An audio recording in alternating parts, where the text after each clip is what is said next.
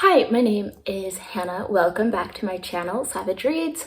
I should have made this video a few days ago, but instead of filming a video, I have been unable to stop my current embroidery, which I finished this week. So I put off filming, spent so many hours stitching that my hand cramped up, and I am ready to show you the finished picture. So this is my picture of Jesus. I am really happy with how it turned out. The only thing that I don't know if I love about it is that it's not my own original design. I copied the design out of a coloring book, which I think the effect turned out super cool, but I can't really say this is my complete original artwork. And so some of my other ones I felt like were more my own work, but this turned out so cool. I mean, look at that. I'm gonna get it framed and I'm really happy with it. So that has been what I've been doing this week, but I figured I should get on here and talk about the books that I read last week before I forget all about them. So let's jump into the books. So this first book was a recommendation from Melinda at A Web of Stories, and this was called Sandwich by Catherine Newman. This book is following a woman on their family's annual getaway to their beach town rental.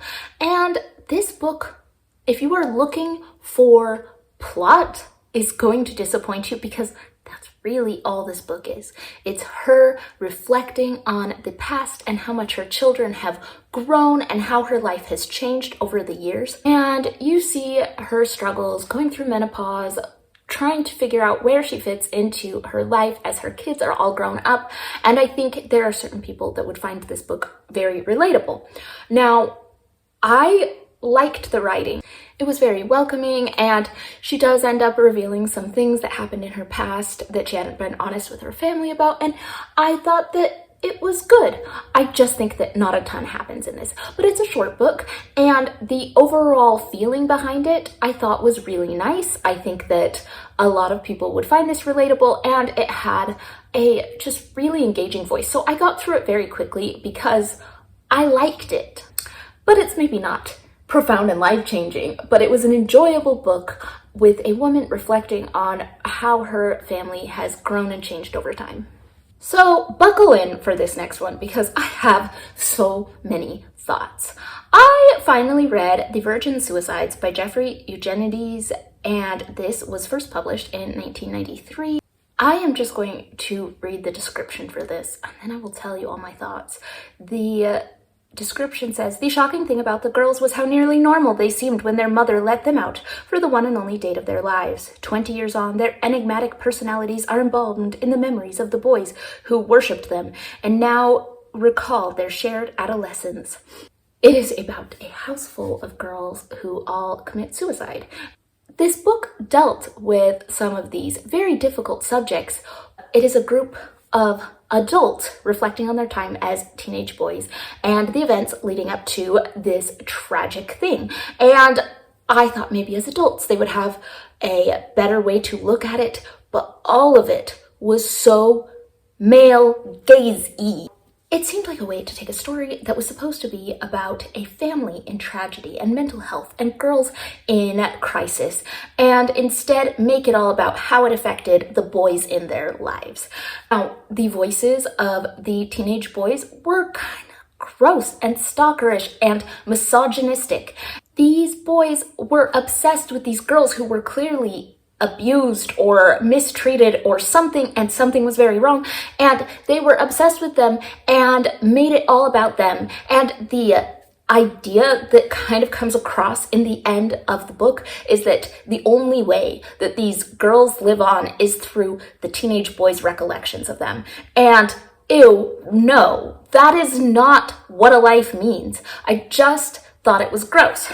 Here, I wrote down, "It culminates with the only thing left of the girls was the memories of the same gross boys that objectified the heck out of them and continually showed surprise at the fact that each girl was an individual that wasn't actually preoccupied with the men around them." And so it just felt very men writing women badly. And some of the descriptions were cringeworthy and awful. Maybe the author intended this to be a critique of how we see girls, and maybe this was intentional. So if we look at it as it was intentional, that it was super through this gaze of a teenage boy, maybe you could say it was a good critique. But I don't think that it comes across as much of a critique as just what it is. It doesn't seem like it's bringing out this, oh yes, those girls weren't actually living for those boys. They had their own issues. Yes, that is very clear, but I don't feel like the conclusions supported that. The conclusions supported that these adult men were still obsessed with them, and that wasn't wrong. I just don't know if it was intentional, if it was successful, because I definitely didn't get that feeling until after, and I thought about it for a while and thought, well, okay, maybe the author was doing this on purpose, making the narrator these people who were only tangentially connected to the story and in a kind of gross misogynistic way, and maybe that was on purpose, but I just don't think it worked. The way this story is told is interesting because the boys are told as kind of a singular we, and the girls are a singular the girls, and I think what it does is it reduces the boys into stalkerish creeps that fetishize and dehumanize the girls, and it puts the girls together like some monolith and never gives them any sort of real autonomy or a chance to tell their stories and what happened in their life that would cause them to make these decisions. I just was angry at this because I kept reading because I thought there would be a reveal, that it would be a little more thriller-y. It's not really thriller-y. It's more just you know what is going to happen and you're trying to figure out why. And is it very satisfying? No. And is it done well that makes you think? Maybe. I did think. I thought a lot about how much I didn't like it. So I guess it gets points for provoking a strong reaction, but I am still kind of mad at this book. So Audrey at Audrey Approved recommended the book 8 Bears, Mythic Past and Imperiled Future by Gloria Dickey. Now, I really didn't know what I was getting into with this book. I went in kind of blind, and it's obvious what you're getting into. I don't know why I was surprised. This is talking about 8 different kinds of bears. It is a global exploration of the 8 remaining species of bears and the dangers they face. It was super interesting. I learned so much about bears that I knew nothing about. I didn't know anything about the sloth bear, the sun bear, the moon bear. I didn't know about these. And I think the author does a great job at really pulling us through to the different types of bears, being really informative, making you really understand what's going on. I think the only thing for me that I wish the author had expanded upon a little more would have been the consequences of if these bears went extinct. And I think that she brought in a lot of really important points about how we treat the bears and how we can promote conservation efforts, but I don't feel like I really got a picture of what kinds of consequences there would be should the bears disappear, and I think that this book could have used that to make a very compelling argument to why we should save and preserve these bears. But I don't know if that was super necessary because it was just fascinating, and you learn about all the different kinds and some of their history and some of her encounters with them, and I just had a really good time, so highly recommend. Learn about the bears. This is a great book. Now, Caitlin at Bandy's Books recommended the book Poverty by America by Matthew Desmond.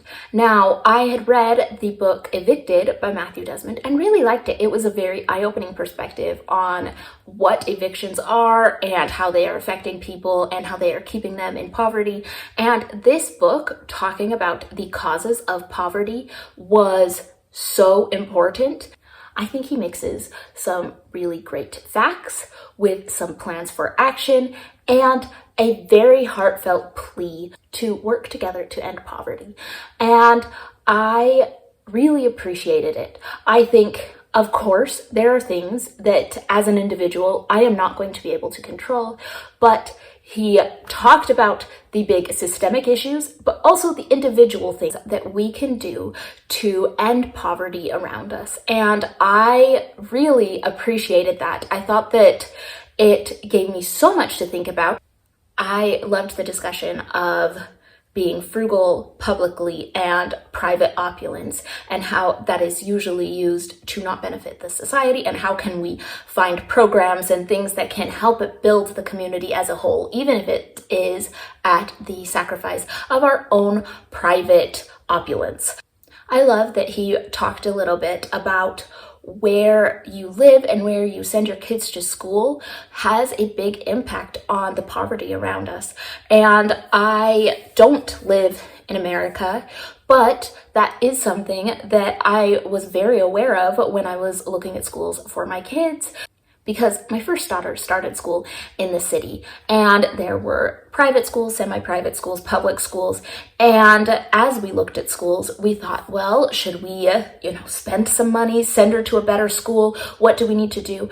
And we prioritized finding a place that would give her the most diversity.